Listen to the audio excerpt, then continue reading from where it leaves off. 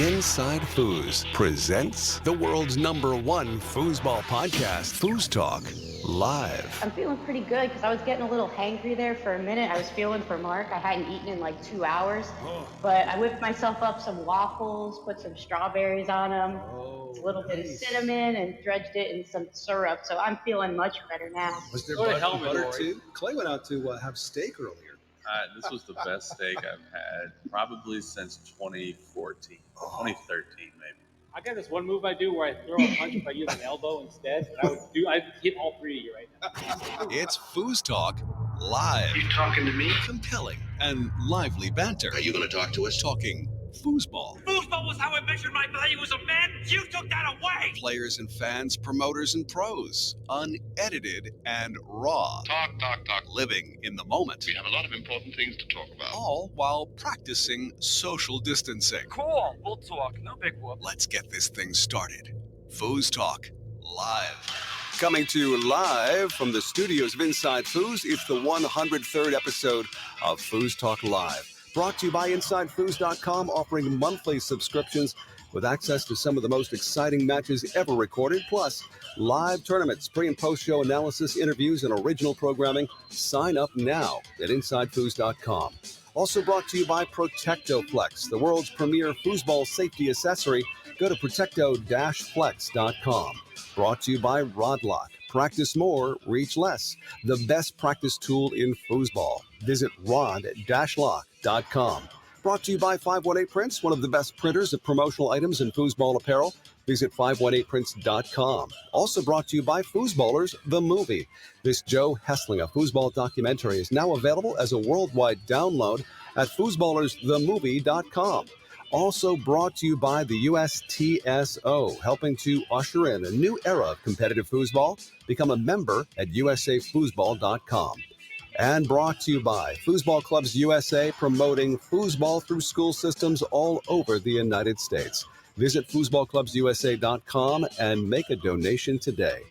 Well, hey there, it's Tom Robinson. It's the 103rd episode of FoosTalk Live, which should have happened last week at this time, but unfortunately because of, an unfortunate power outage, we were unable to do that. But we're on, we have power, and we're ready to go. Yes, we are going to be talking a lot about the Hall of Fame, which is coming up next weekend, by the way. And of course, conversation about foosball is always much better when you have somebody to talk to about that, which would, of course, include the greatest play-by-play foosball announcer of all time, Jim Stevens. Hello, Jim. Thank you. That's the nicest thing you've said about me in weeks. Yeah. But yeah, unfortunately, Tom, technical difficulties last week. I guess a power outage, and now Mark, of course, supposed to join us tonight. Hopefully, he will, as he's having some technical difficulties. Right. As well this week. But looking forward to what should be a great show as we head into one of the really most prominent weekends in the world of foosball, and that's the Hall of Fame Classic next weekend. The first time this event has been held in 3 years. That's remarkable. 3 years. We'll be inducting Tom York, Christina Fuchs, Charles McIntosh into the Hall of Fame, a chance for all of us, of course, to get together at the Golden Nugget Hotel starting this Thursday. And Inside Foos, we'll be covering it live, and I'll be there along with Adam and the Inside Foos crew starting Friday to bring you all the action from this outstanding event in Las Vegas. And an exciting show tonight. Yes. Speaking of Hall of Fame, we've got a Hall of Famer with us, the great Dave Gummeson. We're going to talk about that, about his Hall of Fame experiences, and of course about the top 50 lists as well. Tom, yeah, who was, of course, one of the voters in that, and so he's got his opinions about it. Well, which may differ from the rest of ours. So we'll find out. Since the top 550 list was released, I mean, we really haven't had a chance to hear it from him. So this will be a treat to hear what his reasoning was when it comes to those folks that he helped to choose for the top 50. I'm looking forward to that. I mean, I think that there's no doubt that, again, we'll be making up for lost time. But so give me a quick idea, Jim, when it comes to the Hall of Fame Classic, when you go, what's the first thing you look forward to when you get there? It's a bunch of things. And by the way, I also wanted to say hey to Clay. Clay's with us tonight. Oh, that's right. Yeah. Hey, Clay. Always a pleasure to have Clay Toomey. Clay keeps this train on the tracks all the time when it comes to technical things, but all the way from Dallas, Texas. Please welcome Clay. Clay Toomey. Hello, Clay. What's happening, man? How's it going? How are you, man? I'm drunk. What? What did you say? Outstanding. Sorry. I thought I was muted. Oh, you were saying?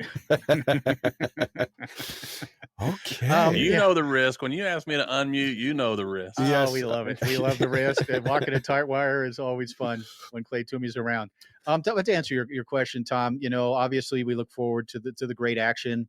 And in so many years in the past, one of the great things about this event is all the international players who come to Las Vegas to compete. Right. And of course, we've really been lacking these last couple of years due to COVID, et cetera, travel restrictions at World Championships and at American events. We really haven't had a lot of international participation. Even Canada hasn't been, basically making the trip to most American events. But from what I'm hearing, there's going to be quite a few European players there in Las Vegas preparing for the World Cup and for 2022. Always, of course, the big guys will be there competing. The ceremony, the Hall of Fame ceremony, which I have the great honor of hosting. Right. I always look forward to that. I think it's just another great way to celebrate the community, celebrate the history of our great sport. So we always look forward to that. And hanging out with all the Hall of Famers and everyone else. So sure. And it's Las Vegas, for God's sake. Oh, of course. So we're of course looking forward to that as well. So, any gambling proclivities that you harbor when you go to Las Vegas that you enjoy? Proclivities makes it sound a little seedy, but I'm not a big gambler. I will sit down with maybe a $20 bill and play a little blackjack here and there. Okay. A video blackjack is always fun to lose a quick 20. And but that's the thing. They always talk about getting free drinks. You get the free drinks when you're in the casino gambling, right? Right. Some of the most expensive drinks I've ever had Oh. have been in casinos around America. So, no, I'm not a big gambler. I won't do a whole lot. My wife loves to gamble. That's a whole other story. Okay. Okay. But certainly, it's going to be a great time in Las Vegas. Start next week. Yeah. No, I think if I were able to get there, I'd probably, if I had some time, I'd probably want to sit down for some Texas Hold'em, although that usually takes a little longer than most breaks you get during a foosball tournament. So yeah, that's true. I probably would have to refrain. But I'm envious, to say the least, that you guys are going to be there. But here at FoosTalk Live, we'll be certainly carrying some highlights when it comes to the weekend, bringing you some reports and, of course, some sound and maybe even a live report or two from you guys, Jim? Yeah, I think so. I think we will. Of course, next Sunday night, Adam and I will we'll try to give our 2 cents worth about the event. And, of course, things should still be going on. Nice. In what basically will be 6 p.m. on Sunday night in Las Vegas, right? And so we should be able to really kind of give you a feel for what the weekend has looked like, who's doing what the big stories are, and what the weather's like. It's supposed to be in the mid 90s, I think. Already, and it's only the second weekend of April, and it's in the 90s already in Vegas. It's the desert, yeah, it's the desert, and that just happens. Jeez, sometimes, Tom. wow! Yeah. Again, I'm envious. I mean, it cracked 42 degrees here in upstate New York today. Yep, we're all about the warm weather here. It'll come. Yeah. Don't worry. It'll come. We were in the 60s here in Durango, sunny, beautiful. Oh, another nice day here in Durango, Colorado, as things start to warm up. The leaves are coming back on the trees, and we're really getting into this foosball season here this year. This being, of course, next week, the first major championship of the year. Now, you mentioned expensive drinks when you're on the floor in Vegas. I wonder if they offer any excellent IPAs. What Jim and I like to do right about this time is to reveal our favorite IPA. And would they, Jim? Would that be something you could order on the floor of? Absolutely. They do have a couple of IPAs there that are quite drinkable, and I'll have a report on that as well. Nice. Next week, and it's great to be part of what has become our most popular segment here on this show as well, the IPA of the week. I hear Mark tonight, screaming Tom, in the background.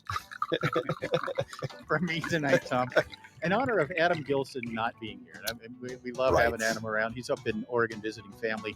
Couldn't get with us tonight, but his favorite beer in the world has become the Fremont Brewery's Disco Wolf Double IPA. The Disco Wolf. IPA. First one I ever had was at his house there in Ventura when he made an incredible dinner. Really enjoyed it.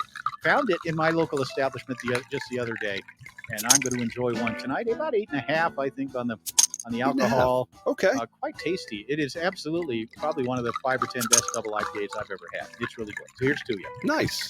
Cheers to that. The Disco Wolf, I love that name, by the way. And does it have a colorful can?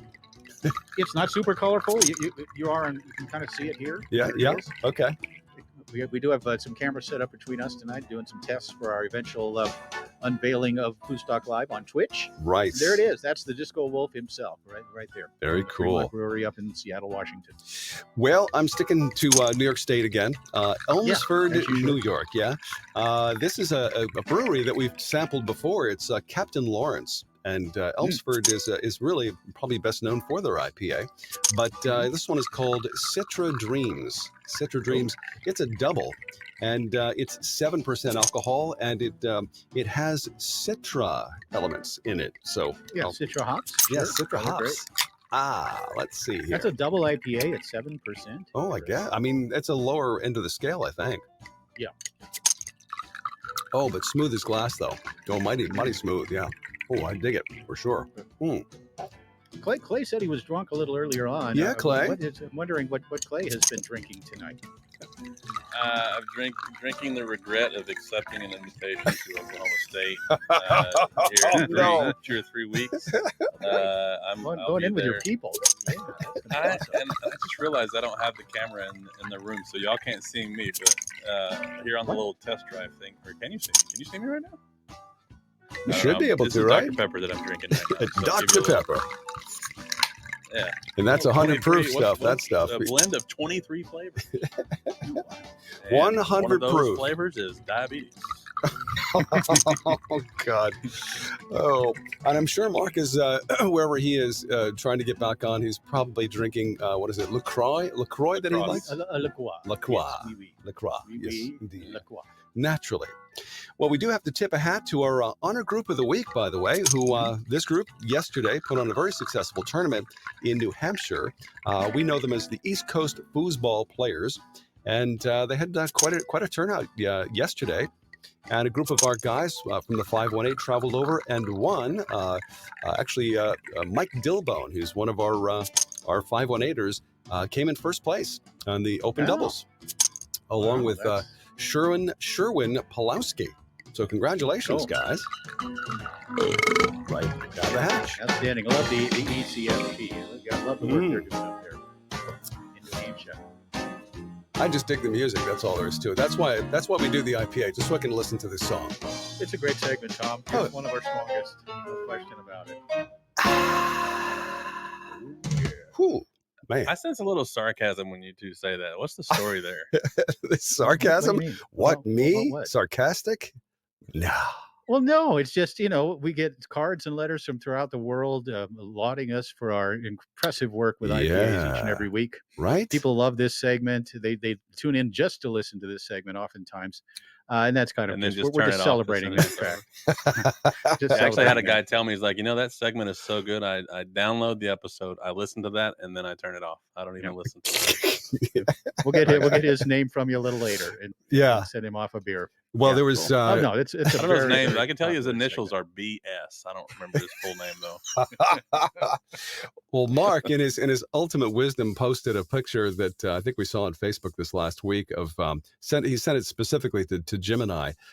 It was from a listener or one of the foosball fans out there that had sent him a picture of the best way to enjoy an IPA, and it was of the bottle open being poured into the sink, into the drain. Yeah, I mean, now, sure. Some on. people like drinking out of their sinks, and I guess for that, I'm sure. I mean, geez. I don't know why you'd spend $4 on a beer and then dump it down your sink.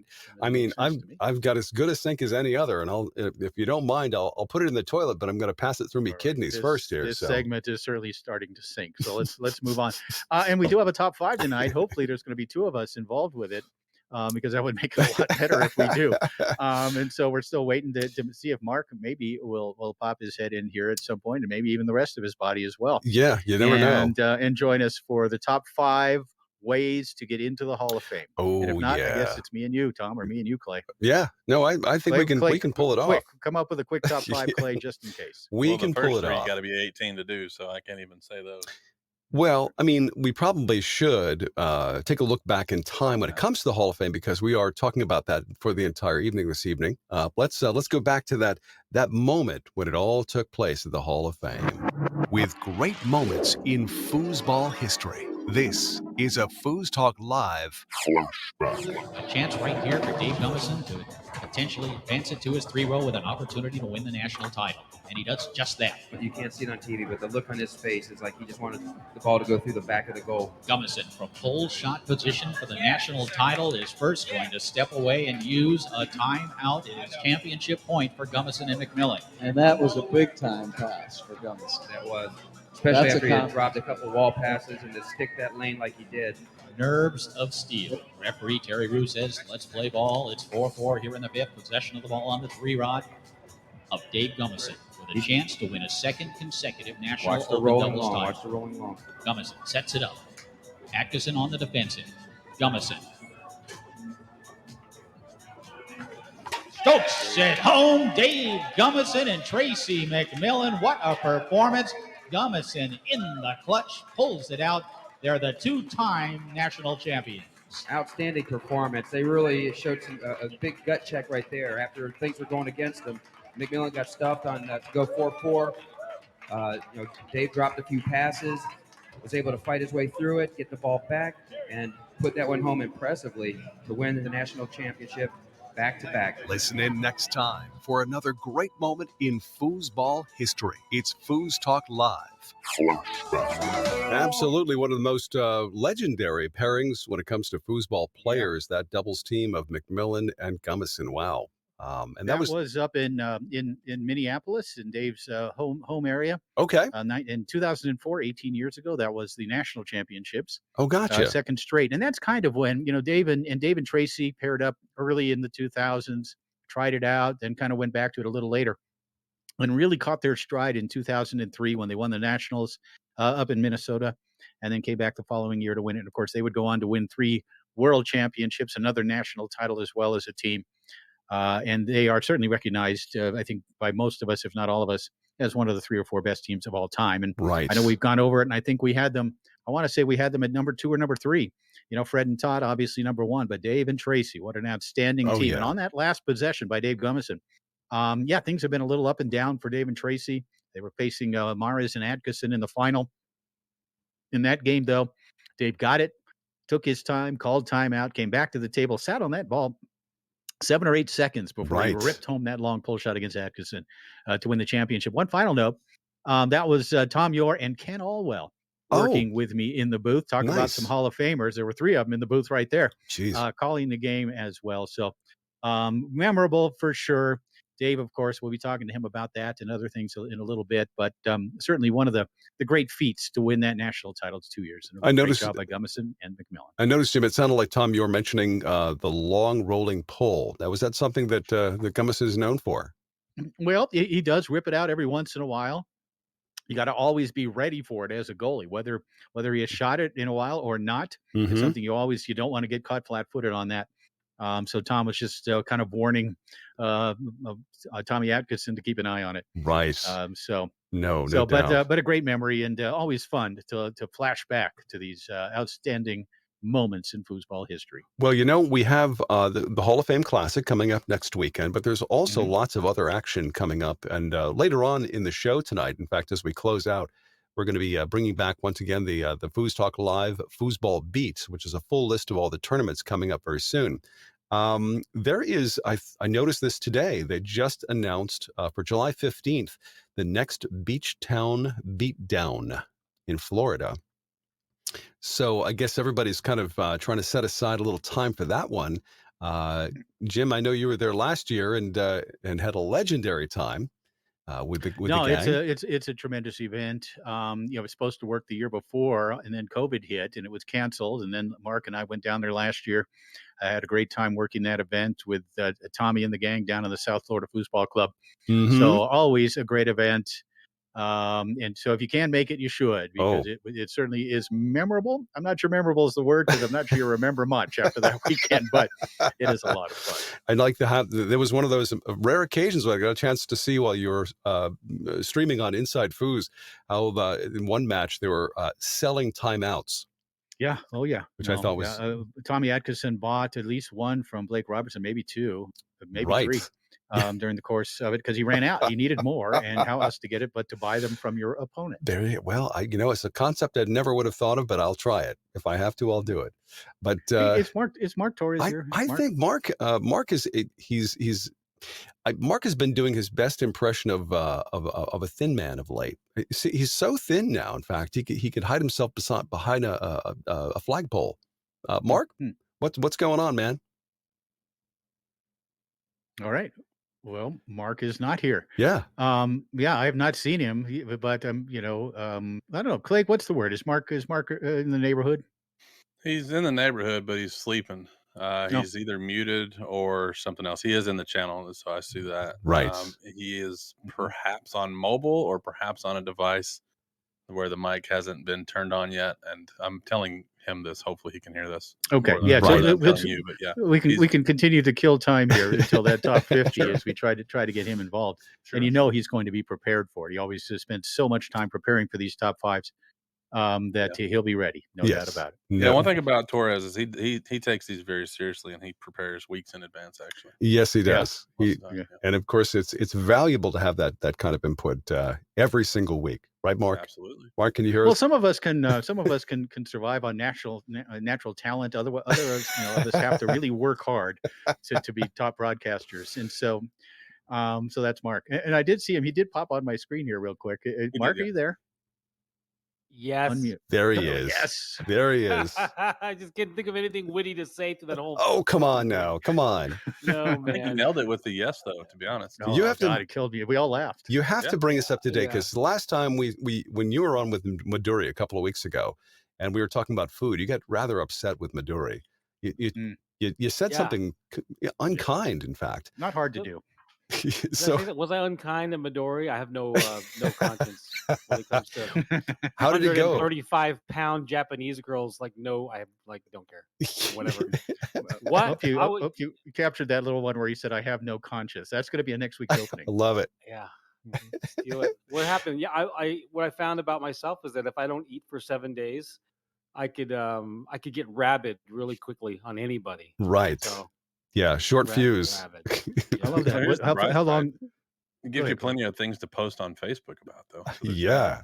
Yeah. Well, yes, I'm sitting on the toilet half the time trying to expel something. Is there a 7-second? No, anyway. No, there's not. So Mark, are you fasting now? I mean, we want to judge your hangriness here. No. I'm probably. I went to California for my birthday. I put on like 10 pounds.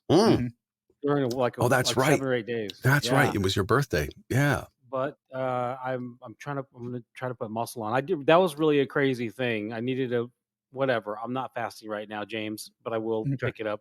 I'm gonna start again pretty soon. Yeah, I'm not don't know fasting either. No. The worst thing is knowing when you know that you can lose 20, 30, 40 pounds. Then that's even more dangerous because now it's like, well, why don't I just put on 300 pounds? I can put on 300 pounds. I can lose it in 200 days. Oh, I wouldn't want to be within a city block of that. I can tell you. Yeah. Wow. That could be dangerous. You're right about that. So Mark, great that you're finally able to join us. Looking forward to what should be kind of an interesting top 5 tonight. Yeah. Top 5 ways to get into the Hall of Fame. And we can look at it from a serious point of view or humorous or a mix of both. Yeah, if you guys it should be fun as we move into next weekend. Of course, the Hall of Fame ceremony should be a lot of fun. So, if you're ready, Gummeson, Dave. You know Dave, don't you? Dave and I have had an up and down relationship over the last year. I didn't know how much I offended him when I said his pull shot wasn't in the top 10. Gosh, let's talk about that. But it was I do, I could be an antagonist, and I could be belligerent, and I said it at Texas State. I walked up to him at a foosball table after I said it because I already knew it was going to be ugly. Like immediately, I said it. I walked up to a foosball table. I let him know I said it. We played some pickup games, and then I saw him like at the Nationals or something, and he wouldn't talk to me. And then I knew, man. Can you blame him? I put his I don't. I put his pull shot behind like Gary Edgeworth and just like random, like Rick Lucas, just the most random people. Ooh. I think I might have put him behind Fernando or something ridiculous, but I apologize for it. Maybe I apologize for it. I don't know if I really felt bad about it. I did feel bad about it. Anyway, I know Dave. Dave's hella cool. What's up, Dave? Yeah, cool. Cool. Yeah, Dave will join us after. I'm going to do this exciting top 5. Yes. Because and go ahead. Let's launch this. Yeah. Are we ready for if it? you're ready for the top 5 ways to get into the Hall of Fame, let's let this rip. Oh, come on now. Wait a second.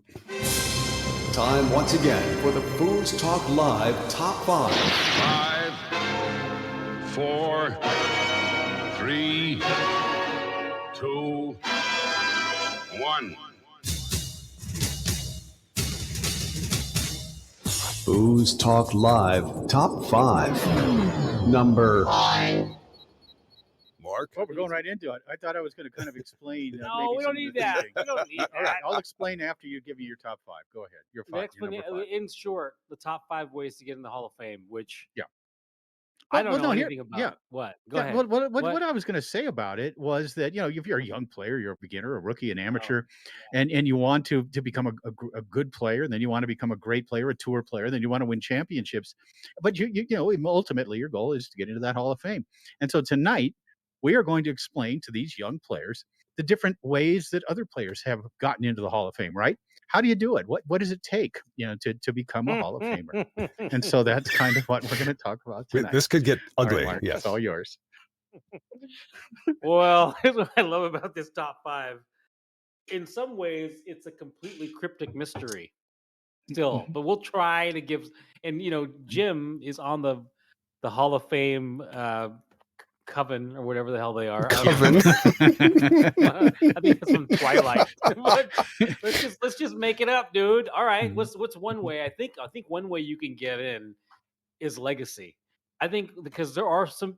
Well, Jim has there's that actual criteria, but somehow there's a bunch of people in the Hall of Fame that didn't meet some of the criteria. So let's just call it what it is.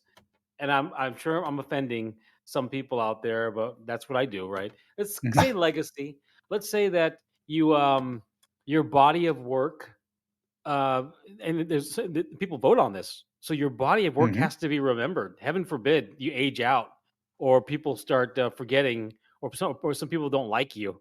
But how about my number 5 is you have a body of work that's memorable, that has archived in some way via nostalgia or documentation, and you submit it like a resume, and every once in a while someone gets in the Hall of Fame because of their body of work matters. And that's outside the criteria, because I know there's a criteria, but not everyone has met the criteria. So that's my number 5, legacy body of work. And I love that, because oftentimes it isn't necessarily about what they did on the table. It's about how we think of them, the perception of them, right? What we remember about them. And maybe it was all about timing. They played at a certain time or had some, major impact on the sport for a short while. But my number 5, you can get in to the Hall of Fame as a contributor. You don't necessarily have to be a great player. You can contribute in other ways, whether it's as an executive, in the sport, like Dave Currington or Link Pendley, or of course Lee Peppard and those kinds of guys. A few others who have gotten in because, like Bob Furr, who was the first designer of the foosball, of the Tornado foosball table, contributors, tournament directors. I mean, Charles McIntosh going in this year. Obviously, a really good player, former finalist at the World Championships. Ran TornadoFoosball.com so successfully for all those years, but also a tournament director. So tournament directors, there's even a musician in the Hall of Fame. And it's a musician, Gary Pollock, who would sit around at the end of the night on the TS tour. Everybody'd come up to his or some other hotel room, and he'd sit around and sing songs with a guitar. And maybe there were drinks flowing. We don't know for sure, but he would sing songs about the tour, about different players, etc. And he was inducted a few years ago into the Hall of Fame as well, a musician. Wow. So there are different ways outside of playing the game. There are different ways of getting in. Some say that maybe even if you're a commentator, you could get in.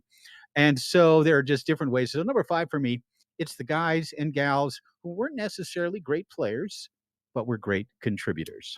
Right. Very cool. Now, how did I miss the musician thing? I mean, that's something I should have known about, right? Yeah, in 2015, Gary Pollock was inducted. And this is a guy on the TS Tour who literally would, at the end of the day, or even on site at the tournament, would create songs about whiz and fur. And, we'll ask Gummeson a little more about it because Dave was there at the tail end of the TS Tour up there in Minnesota, which I believe is where Pollock was from as well. So we'll talk to Dave a little bit about that as well. But yeah, a musician in the Hall of Fame. Very, very cool.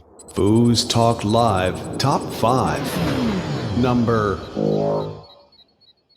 So I'm moving mine around for continuity because contributions to the sport was higher on my list, but I'm going to make it number 4. I think these are kind of interchangeable because it's in line with what Jim just said. And I think you said it great. There are people that do incredible things to advance the sport that may have never competed at a high level. And I think Lee Pepper is a great example. But I think that the Hall of Fame recognizes people that didn't necessarily play or compete, but that did something that the sport was progressed or supported by. So that's my number 4. Yeah, and there's other names, Lawrence Patterson and a few other, Cal Rogers, a few others that are on that list as well. My number 4 is the Pioneers. It's the guys from the early days in when the sport was just developing, when sometimes it was the pass ball from the 5 to the 3 what's stopped. It was before the ball had to be moving. Wow. Or they would sit on the ball for 40 seconds before shooting it. The early days of players who kind of created what eventually would come. They took advantage of Lee Peppard and this big money he was putting up especially up in the Pacific Northwest and over into Colorado. But those early players like Joe Snyder or Gary File or Marcio Bonilla or Billy Sumption, like the perfect pioneer, right? Billy Sumption, this player originally out of South Dakota, played in Minnesota in the early 1970s as the sport was kind of being formed, as it was first being looked at as a sport. So, what does that mean these days? Are there pioneers these days? Are there players who are playing it the game a little differently or doing something differently, revolutionary, stretching the envelope? Are there players doing that these days? I don't know. Maybe not. But back then there were, of course, in the beginning, 73, 74, 75. Even Steve Simon maybe could be viewed that way. As great of a player as he was, his window was very small. It was a couple of years really where he was a top 5 player. But he had an impact early on and helped to shape the game and what it would eventually come. So for me, my number 4, and I know there's more, and I apologize for leaving any of them out, but Pioneers is number 4 for me. FoosTalk Live Top 5. Number 3. Number 3, I think this qualified at some point, and at some point, Dave and/or Jim could probably edify us on when the defining criteria was created. But there was a time when dominating the tour for duration, and I think Steve Simon might. Well, there's this whole. I'll get to one of the other ones I have, but dominating the tour for duration seemed like it could be a segue where your vote could get counted in, or you could get voted in. Dominating is different than legacy is one thing, and these legacy guys that might have been part contributor or part icon for whatever they did, like creating a passing series or being the first to sit on the ball and show people, like Gary File, like showing people how to play the game, having a style, a brand attached to you. That's one type of legacy. But the other type is getting your foot in the door by being dominant. And there's some interesting guys I could think of that are not in the Hall of Fame that at some point people may look at it later down the road, but we got I can't even think of the one guy who's Chesborough, right? Mm-hmm. The eyeball test, or people that were in that era will say, how the hell is Larry Chesborough not in the Hall He's of Fame? top 50, a top 50 player. Yeah, right. So dominating the tour. He dominated at the pro level. He didn't necessarily win dominant at the open level, but there was a pro level on Dynamo where he won like everything for 2 or 3 years. And that might be a mild exaggeration because I don't have it in front of me, but I think there was a 2-year period and there's absolutely a 1-year period. But guys like Lafredo were getting their asses handed to them by Larry. And so they, like, in their minds, he's a fixture of the 80s era of foosball. Guys like Mike Green will tell you all day long, how is this guy not a Hall of Famer? Anyway, that's my number 3 is being dominant on the tour for a duration. Yeah, no question about it. And you talk about Chesborough. I mean, there was a couple of years in the mid '80s where he was considered, if not, the best player, certainly one of them. So certainly something to look at. My number 3, and there aren't a lot of examples of this it's specifically, but it's about longevity. Play for a long time. Guys and gals, if you want to get into the Foosball Hall of Fame, you're starting now, anticipate playing for the next 30 or 40 years and get a win here and there, be a factor at every event you play in, have some top 5 finishes, top 3 finishes, pick up maybe a world championship here and there, but certainly maybe a couple of tour events. But longevity, guys, and then these are the 2 guys that come to mind when I'm talking about why they got in, and a big reason why they got in was longevity. And we're talking about Steve Byney, for one, a player who started in the 1970s on the TS Tour, never really won a world championship, was certainly a top competitor, was always there. And and Are you okay, Jim? yeah, Byney is a guy that played for a really long time and had some success, maybe not the ultimate success. The other one would be Tom Yore, right? Tom Yore won a world title at that event in 2005. Has certainly been a competitor since the early 1990s, now 30 years. Has never really dominated, never been one of the necessarily top 2 or 3 or 4 players on tour, but has had a long, consistent tour career. And of course, he's also contributed in other ways through his officiating, etc. But those players, both of them really, for me, got in because they played a really long time at a very high level and had some success, but really spaced out over a great period of time. Number 3 for me, longevity. FoosTalk Live Top 5. Number 2. I have number 2, and these start to run into each other, maybe because I stopped being creative or original. But I have winning. Sure. I have winning multiple major tour events as a way to get in. I like, once again, it wasn't always a defining criteria. At some point, it did become a defining criteria that you have to win. And there used to be 5 quote unquote majors. Yeah, the Tour Kickoff, U.S. Open, Masters, Nationals, Worlds, and those 5. That was the tour. And that was in the 90s leading around, and that's been narrowed down a little bit, and the names have changed. I think the identities have changed a little bit because now we're probably looking at 400 or at least 300 plus, get you sniffing the title of a major event. Jimmy, qualify me or add or subtract to that, but I think that's pretty much what we look at as major events. Those events are viewed as the premier events because the volume of people is the historical reference for how this works. And so the depth of field should be at a higher level and a greater level and winning at that level. And it's funny how there's still a stigma, a championship level stigma attached to the big events because for some reason they're the hardest ones to win. And for some reason, the Masters come out to play at these events, and not that the Masters don't win all the time wherever they go, especially regionally when there's less Masters there. But when all the Masters come out to play, and then there's a hierarchy there, and I'll get into that hierarchy in a minute and how the championships are viewed. They're viewed differently, but I'll get to that. Anyway, winning multiple major events, and the major events being 300, 400 plus competitors, making your stamp there and doing it with some consistency gets you a ticket into the discussion. So you get into the dialogue, you get on the list of people that that's how you get that's how you get your application in. Winning multiple majors. That's my number 2. Yeah, no, I have that at number 2 as well. It's by winning, and we're talking about the majors. We're talking about world championships. A major championship, and basically this year here in this country, you're looking at the Hall of Fame Classic, you're looking at the Texas State Championships, the Nationals, the Worlds, Tornado Worlds, and Colorado State Championships. To me, those are the 5. All of them, as you said, Mark, around that 400 mark in terms of attendance. Also, tradition and history factors in to those as well, and just depth of competition. The big guys are there, and so certainly that factors in. And looking back over the history of the sport and the players that are in the Hall of Fame, certainly winning majors. If you win some majors, like Don Swan, for example, okay, let's take Don Swan, a Hall of Famer, a guy who has 1 world championship. It was in mixed doubles. But this was a guy that was highly competitive, won national titles, won Las Vegas titles, at one point was maybe considered the best singles player on tour. Um, and again, it's about winning majors. He won enough of those. Now, the existing criteria of the Hall of Fame does say that you need to win a world championship. It basically, to get in the Hall of Fame as a player, you have to have a world title. You do.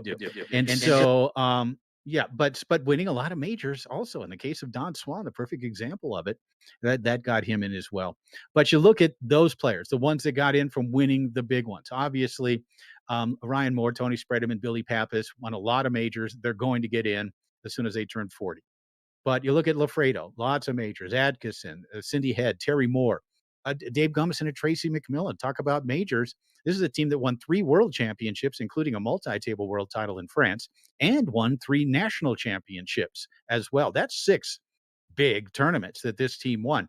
Both of those guys in the Hall of Fame for those kinds of exploits. But for me, just like you, Mark, it's about winning. It's about winning majors. Win state championships. Sure, that adds a little money to your pocketbook. It maybe supports to some degree the number of majors you have. But for the most part, when you're looking at the Hall of Fame, those events are almost meaningless in many cases because it is about winning those major titles. So again, just like Mark, I'm going with at number 2 with get to the Hall of Fame by winning. FoosTalk Live proudly presents the top 5. Number 1. Number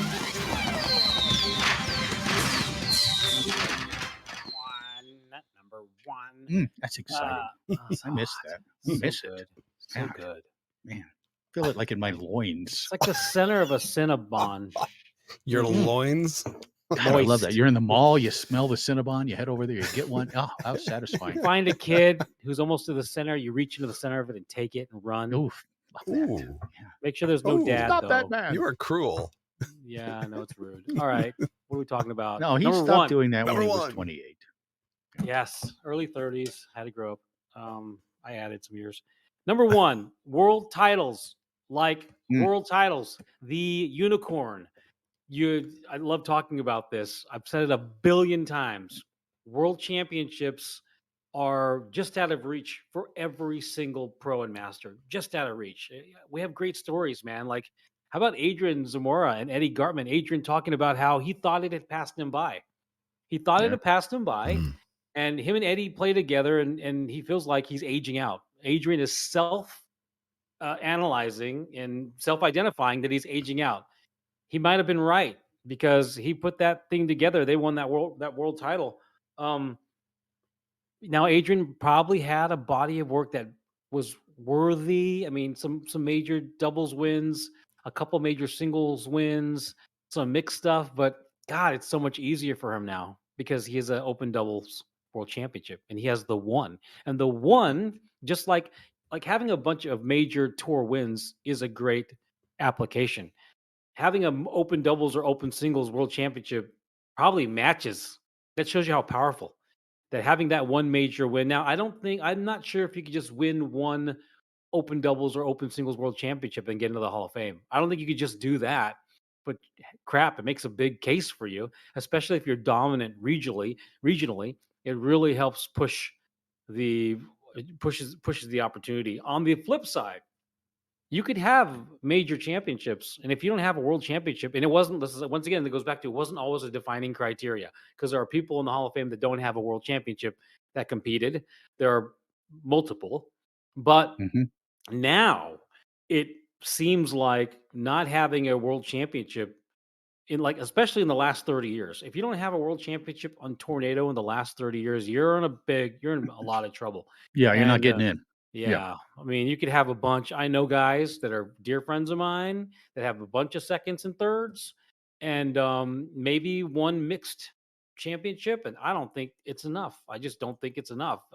So anyway, major championships, world championships at the open level. And maybe Jim could help here. I don't know if the International Hall of Fame is going to start looking at multi-table world championships as equivalents to Tornado world championships or tornado tour championships at the world level. Anyway, Jim, take it away. Yeah, no, I think that's accurate. In the International Table Soccer Hall of Fame, I think it certainly is looking at that now. The National Hall of Fame doesn't get factored in as much. So much of the voter block are players from the 70s and 80s, players who don't really have the perspective, aren't that involved in the sport anymore, and maybe don't see it at the international level. But you mentioned some guys. You mentioned Eddie Gartman, a guy that won a world championship with Adrian Zamora and was one of the best goalies in the world in the early 90s. He's not in the Hall of Fame, yet he finished at number 50, tied with Larry Chesbrough on our top 50 list. Terry Rue does have a Hall of Fame, or does have a world championship. And I would think at some point Terry probably gets in. But it's kind of interesting to see how much a world championship does matter. And you said it, Mark, in the last 30 years, if you haven't won a world championship, you're probably not getting in. It's just that simple. For me, number one is you can get in to the Table Soccer Hall of Fame, the National Table Soccer Hall of Fame, by being the best player in the world at some point in your career.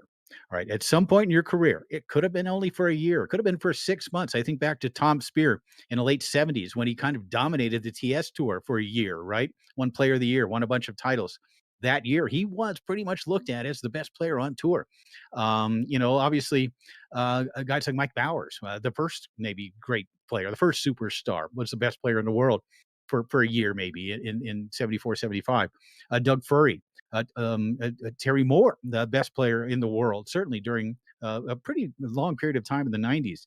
Johnny Horton, best player in the world. You would have to look at him and say, right now, he's the best player in the world. And if you can do that, it's kind of like the criteria for the Baseball Hall of Fame. If at some point you were considered the best in the game, or even the top 2 or 3 best player in the game, you're getting in. And so that's kind of, for me, the big thing, the thing that takes these players, Todd Lafredo, of course, the thing that takes these great players to that next level, almost an ultra Hall of Famer, right? By being the best player in the world for a period of time on the professional tour. And for me, that is number one. And maybe it's because I've always said, when I basically, Steve Murray and I revived the Hall of Fame back in 1995, 96. And that was always my thing, was I want the best of the best in here. This is about the best of the best. And during my reign, so to speak, or the times that about 15 years that I was in charge of this, I feel like for the most part, 95% of the players were the best of the best. And maybe it's not so much that way anymore. Maybe it's loosened up a little bit. But for me, number one, be the best player in the world, at least for some period of time.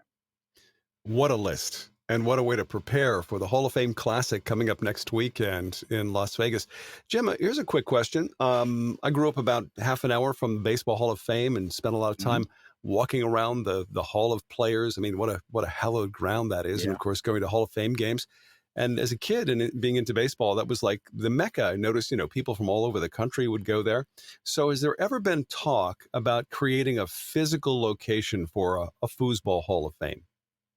I mean, there has. I mean, logistically, it just hasn't possible. Another idea was to kind of have a portable one that could move around to tournaments. Maybe some walls that you would take out of a truck and put up and put the plaques up there. And maybe it's something someday that we get to. Mm-hmm. For now, if you want to check out all the members of the Hall of Fame, go to ifptour.com. Click that button at the top that says Hall of Fame, and you'll see a list of the Hall of Famers. All the way back 1986 when Johnny Lott first inducted that first class of Hall of Famers, and then revived 10 years later in 96 and right on through 2019, which unbelievably is the last time we inducted players. Looking forward to sending my great friends, all 3 of them, Tom Yore, who I've worked in so many matches with in the booth and had such a great friendship with. Christina Fuchs, I was there the very first ball Christina Fuchs ever played on a foosball table. And of course, Charles McIntosh, who, I've had such a great working relationship over the years with tornadofoosball.com, with the North Carolina foosball scene, et cetera. Charlie's such a great foosball man. So for me, this year's class of 3 is very personal. I'm actually going to have the opportunity to host the event, the honor, and also to induct a couple of them as well. I've been asked by both Tom and Christina to participate in their inductions, which is usually some meaningful person in their careers.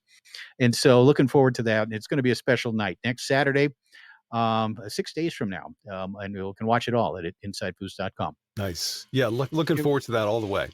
Mark? Jim just tried to give himself an accolade by making a claim that Tom Yore felt Jim was meaningful to his career. I could assure you that Tom did not have another warm body to introduce. Oh, you and Tom, we're going to get you both on here at some point, and Yeah. we're going to get to the bottom of all of this. Yeah. there's no, you don't need to investigate. He's a master level foozer, and I'm just a crap talking rookie, and so he's totally offended by everything I say. Yeah, aren't we all though? So anyway, no, it's gonna be a great weekend next week in Las Vegas. No doubt. Well, I mean, it only goes without saying that it's good that we're getting ready for the Hall of Fame, and of course, naturally, we want to hang out with a Hall of Famer, which would be this week. We're very lucky to have back once again on FoosTalk Live, Dave Gummeson. Dave, are you with us? Can you hear us? Yeah, I'm here. Can you hear me? Hello, Dave. How you doing, man? Great. How are you guys doing? It's another one of those balmy nights in upstate New York. What's the weather like where you are? What do you think? It's cold. Yeah. Minnesota, for God's sake. Well, of course. Snow in the middle of the night a little bit tonight.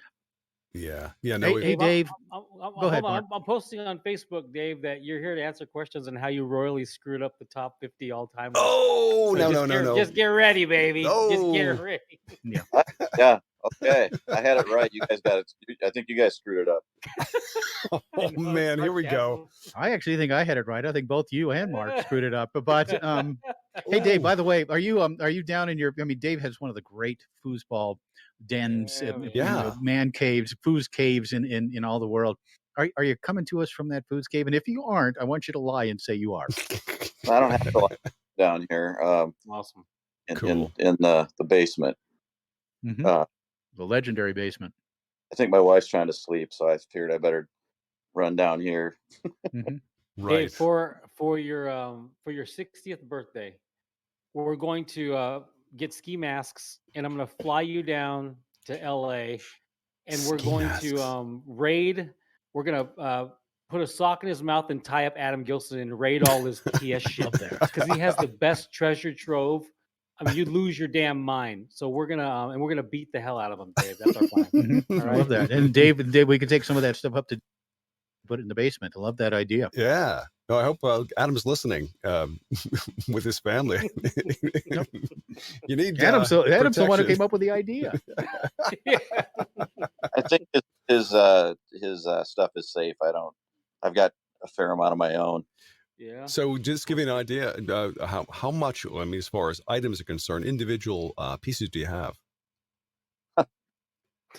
Oh God, I don't know. Hundreds. Thousands. Okay. Yeah. A lot. Very cool. I think though there's a player, Mike Bade's got me beat though. In Michigan. Yeah. Yeah, he's got some stuff that I haven't even seen.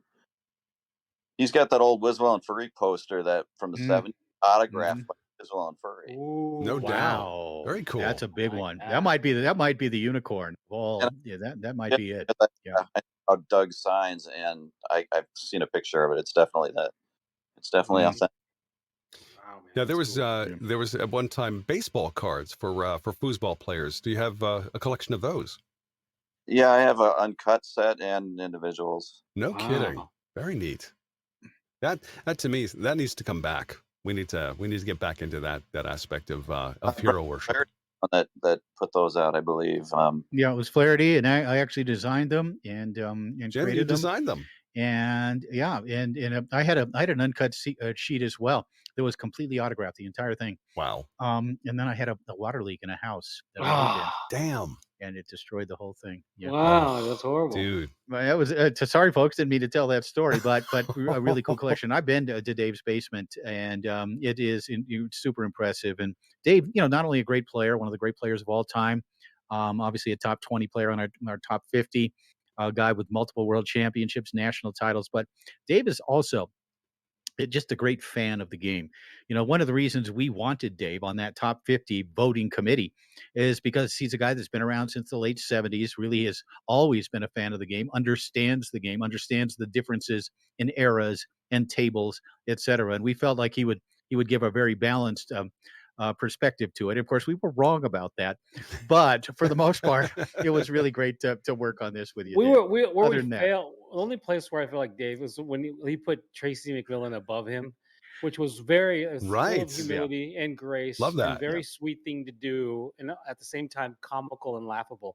So that was where you lost some credibility, Dave. But after that, No, Oh, stop.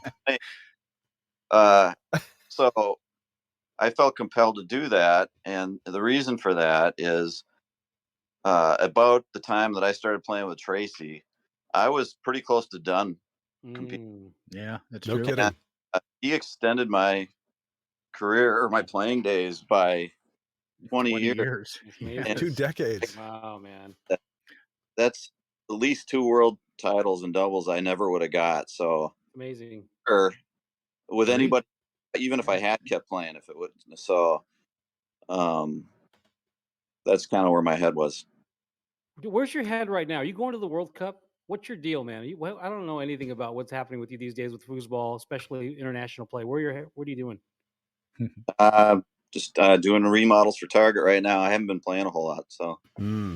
Are you going? I don't. No. No. Okay. I didn't know if you made the team or wasn't on. I don't know any of this stuff, man. You're not going to France. Okay. No. Damn, dude, that's weak. No, I remember back the late 90s, early 2000s, Dave would retire just about every year. This is my last tournament. We're retiring. But he could never get it out of his blood. He had to keep coming back. And obviously, it was a great thing that he did. He Yeah. paired up with Tracy, et cetera, et cetera. Now there's not been any sort of announcement, Dave. Yet it seems like, at least for the most part, you're kind of in semi-retirement, spending time at home, really not looking at traveling and competing as much. Do you think it is? Is it the end, perhaps, or do you see yourself again down the road, maybe playing again at the highest competitive level? Never. I would never say never, but probably not. I'm probably done for the most part. I'll still play here and there, but not. I just don't have the desire to put all that time into trying to. Sure. Plus, at the age I'm getting to, if I can't seriously have at least a chance to win, it's not as fun for me. So I don't see myself playing a lot going forward. Yeah. But this is a guy, folks, that, as we said, has been playing the game at the highest level for 4 decades. Right. And I mean, how is that even possible? In other sports, it's not possible. You have Tom Brady. Still, we're looking at the early 20 years or so. But Dave Gummeson, 40 years of playing at the highest level. And that's pretty much year in and year out. And still, he and Tracy and Dave still top 10, top 20 players, no question about it. But it's an incredible feat, Dave, that you've been able to be as competitive as you have been year in and year out for so long. So kudos to you. Thanks. Dave, so this is a funny thing. We're just talking about this. It's almost like 2 careers. The one where you were going to retire, and then the one where you extended your career with Tracy. In your mind, do you think you had a Hall of Fame career if you had quit before starting to play with Tracy? What was your body of work before you started playing Great with Tracy? question. Great question. I don't know. You guys would have to determine that. I had a world singles title and a world title and 2 national open doubles titles, some other tour titles. I don't know. Maybe.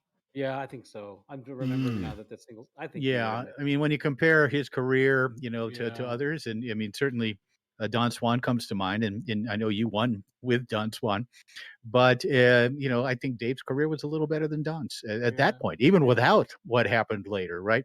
That World Singles Championship in '95 that you talked about, which was just what an incredible performance. Mark and I reminisced about that one, a few times, and I think we all kind of looked at you. Yeah, I think you would have been a Hall of Famer before.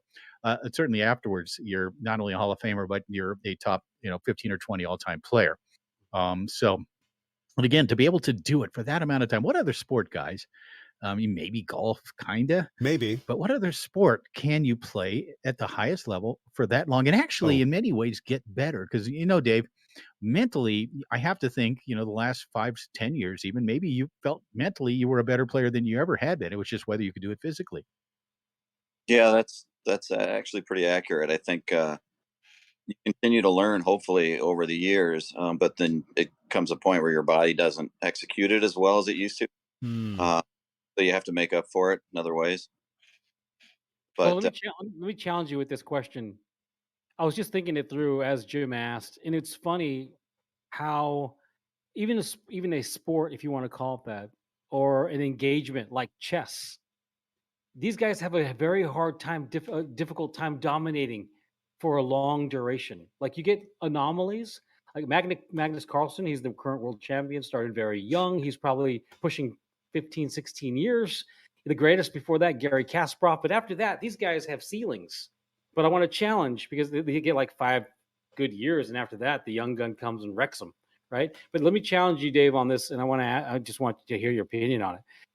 Do you think that your longevity was extended? Not to take anything away, because your physical ability is obvious, and your thinking on the 3-bar, amazing. The hesitation wall pass, all amazing. But do you think your career was extended because there was a lack of truly worthy, good new competition to come take it from you? yeah, probably as far as depth, anyway. I mean, the top players now are every bit as good, if not better, when you get to those few top ones. But there was a lot more, especially in the 70s and in the 90s when it had its resurgence. Yeah. There was a lot more depth. You had to get through a lot more good players those decades than you do now. So to get to like 9th or 5th now, even possibly, especially like 9th, 17th, 9th, or to get up into the money, isn't as hard as it would have been back then. Yeah, that's true. Yeah, maybe winning those titles may be more difficult because of those players, those couple of 2 or 3 players at the very top who are so extraordinarily dominant. Yeah, I would agree with that too. So, Dave, take us Go back ahead, to go that. ahead, Tom. Take us back to that moment when you were inducted into the Hall of Fame. First of all, what was that experience like? And did you play that weekend? And did it improve your game, or did it distract you? Well, it was a really enjoyable experience. Obviously, I don't think anybody that has had that experience would say otherwise. But yeah, it's a little distracting, but I don't think it really improved it for sure. Right. It did improve it. So when you were standing up there receiving you got that honor, what was going through your mind? Just how lucky I was. Okay. And if somebody had said that would be the case when I was like 20 years old or when I first started playing, I would have probably laughed. Right. Yeah. No way of conceiving. Of course. Now the Hall of Fame, Jim. When was that conceived of, and when was the first induction ceremony? 1986, Johnny Lott inducted, I believe, 10 names into the original Hall of Fame in a ceremony in Long Beach, California. And then it went away. There was no other inductees for 10 years until 1996 when Doug Furry somehow didn't go into the first 10. We inducted Doug Furry in 1996, and then each year since then, except for these last 2, of course, since the tournament has been canceled due to COVID, et cetera. But it is, and like Dave said, it's a tremendous honor. I was sort of blindsided by it when they put me in, and I remember I was just walking on air. It's just I had no chance to really prepare for it. I had to get up there and do a speech. They kind of surprised me with it. Really? And but what an incredible honor. You don't, like Dave said, you don't really think about that early on. You just want to compete. You want to play hard. You want to play every ball. You want to, ideally win events, win championships, et cetera. And the rest of that will take care of itself. But when it happens, you really reflect back on your career, how special so many people have been in your career. And it's really, and again, I've had the chance as well with the International Hall of Fame a couple of years ago over in Spain. There's nothing like it. There really isn't. It's an amazing honor. It's humbling, but it kind of makes you kind of respect the game and kind of look back and say, this is really very special. And so certainly Dave, and I remember the year he went in 2009. And Dave is a fan of the game. Again, he's a great player, obviously, but he's also a fan. He gets it, right? Right. He understands the history, respects the history, and it certainly showed that year when he was inducted, and his speech was awesome, and it was really, really obviously deserving and great to see Dave inducted. Well, congratulations all over again. Yeah, I'm going to switch gears real quick. I want to, we haven't had a talk with you, Dave, since the top 50, a project we took on towards the end of last year, where you and me and Mark and Adam all put in our ballots, and it was difficult. It was hard to, how do you judge eras? What criteria do you use? How much does the eyeball test count? How much does strength of competition count? All these different things you had to factor in, and there was no perfect science to it. But talk a little bit about your approach to this. And of course, your career, you saw that the 70s firsthand. You were right there in the middle of it up in Minnesota. Talk a little bit about your process in arriving on your top 50 and contributing to this list. Well, for me, it was a combination of a lot of different factors. I looked at obviously results, but I also kind of looked at, players that I tended to weight it heavier, players that had cross generational lines as far as being effective or being like at the top of their game on multiple tables and multiple decades. Also, obviously world titles and things like that, but just sort of also, and here I want to say one thing too. No matter how you do this, bias does creep into it as hard as you try, because everybody that does this is going to have a different idea, and it's going to be based on their personal experiences over the years.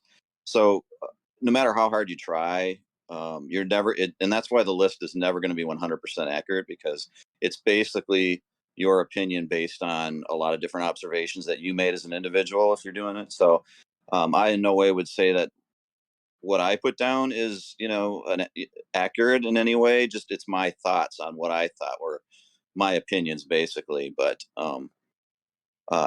there's just no way for bias not to creep in there. But I did the best I could on what I thought. So. And since then, have you caught any flack from anybody with your votes? Nah, not really. Okay, that's good. There was a few things. My list was fairly different. I would say a lot of the same people, but the placement, there was a few things that I wish would have turned out different. Like I'd just like to say that I had Mark Crowell on my list, and I wish he would have been in the top 50, because I think he really should have been. Yeah, I agree. He was on mine as well. Yep. Yeah, he just barely fell out of that, and I think in my opinion, you got to have that guy in there, because he was so consistent and so he revolutionized parts of the game even a little bit, like with his brush pass, and he was just such a competitor, and I really felt like, he should have been in the top 50. But again, I know it's tough to whittle it down. Do you wish it was the top 100 instead of the top 50? It was hard enough doing the top 50, but yeah. And for the record, Mark Crowell finished 51st, 3 points, literally 3 points, 189 for Gartman and Chesborough, 192 points for Crowell. The lower points are what got you on the list. And so Mark was just out of that top 50, but I agree. This was a great player, guy who is in the Hall of Fame. And certainly at one point was one of the best players on a very difficult tournament soccer tour. Yeah, the problem is wherever you cut it off, whether it's 50, 100, or there's going to be people that you leave just out. Fall. Yeah. Unfortunately. Yeah, it's tough. Well, you're brave nonetheless, and we do. We're grateful for the fact that somebody actually took the time to do it and put some thought into it. But and this will always be a curse and a blessing, I'm sure, no doubt. Yeah. It was fun to look at it and try to figure it out, but I must say it's extremely difficult, and if I did it again, I'm sure it wouldn't look exactly the same. So yeah, we had for sure. Go ahead, Mark. We got a lot of different lists, and none of them were the same. Not a single one was the same. I got like 3 or 4 different ones from Mike Green, who got them from like Larry Chesborough and like just random his friends, and no list in our defense. None of the lists were the same. There was absolutely bias embedded in there, and people feel what they feel and emotion. It's funny how you could do math and do a calculus, and then emotions end up playing into it no matter what. It's an emotional thing. But Dave, I want to get back to another question. You I hear you. Like comes a point where there's nothing left to do. I feel like you've literally done everything there is to do. You've done everything there is to do.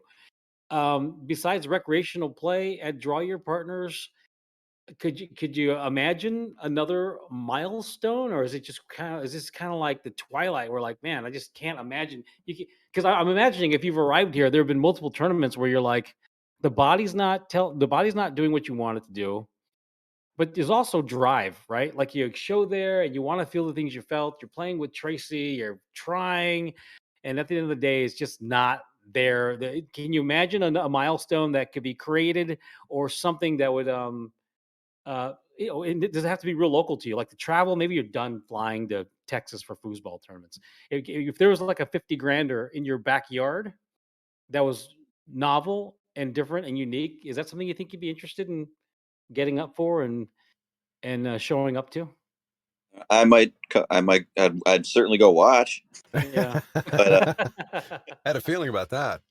Yeah, I'd go for sure, but I don't know about playing or not. I don't think so, but yeah, it's tough because I'd lie if I said I'd never get the itch to play, but um, it's really hard to play at that level, and Yeah. there's just players playing at a higher level than I am, and yeah, I don't see Yeah, me. and like so many great players who play for a long time, even Michael Jordan in basketball or other players, you get to a point where you've been so successful in your career, and if you can't compete at the highest level, it's going to be nothing but frustrating for you, right? You're not a guy that's going to get out there and want to win pro events or finish 17th in open events. You're there if you're going to an event. You're going there to win, right, Dave? And if you get to a point where maybe you don't feel like, for whatever reason, you don't have the time to put the practice in, you're not playing enough out on tour, maybe the body is catching up with you a little bit, whatever. It's difficult to get out there and compete when you can't compete at the highest level. And that's a lot of it, isn't it, Dave? Yeah, that's yeah, you said it pretty well. It's a lot of that stuff. So it's kind of a combination. It's not one thing. It's body doesn't cooperate. You get sore where you can't even really, tendons start wearing out. You're not as quick as you used to be. There's other things going on in your life that you want to spend time on, and it just isn't a priority anymore. But I certainly have enjoyed every minute of it. Yeah. And I'm not Real quick, and show go up. ahead, finish up. It's still fun to show up, and it'd still be fun to see people. And I'm not saying I'm never going to play again. It's just I don't see myself playing at that level or taking it as serious anymore, or going as consistently. All right. And I know, Mark, you have questions. You do, Tom, as well. But let me finish with this, at least on my end. When you and Tracy first paired up in the early 2000s, all right, let's go. Dave Gummeson wins 95 World Championship in singles, wins a mixed doubles World Championship. And you're kind of winding things down a little bit. And I remember thinking that, here's Dave, he's threatening to retire. We're lucky to have him for a few more years or whatever. And then Tracy comes along and his second win comes along, and look what has happened since.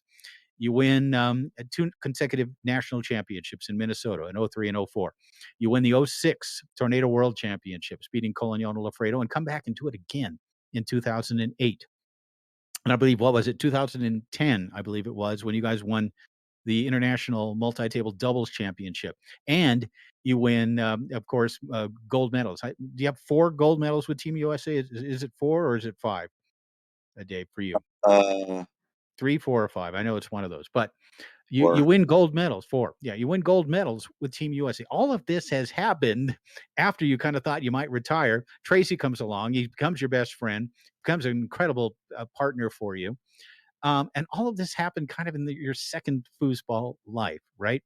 I mean, how special, looking back on that, how special does that make you feel?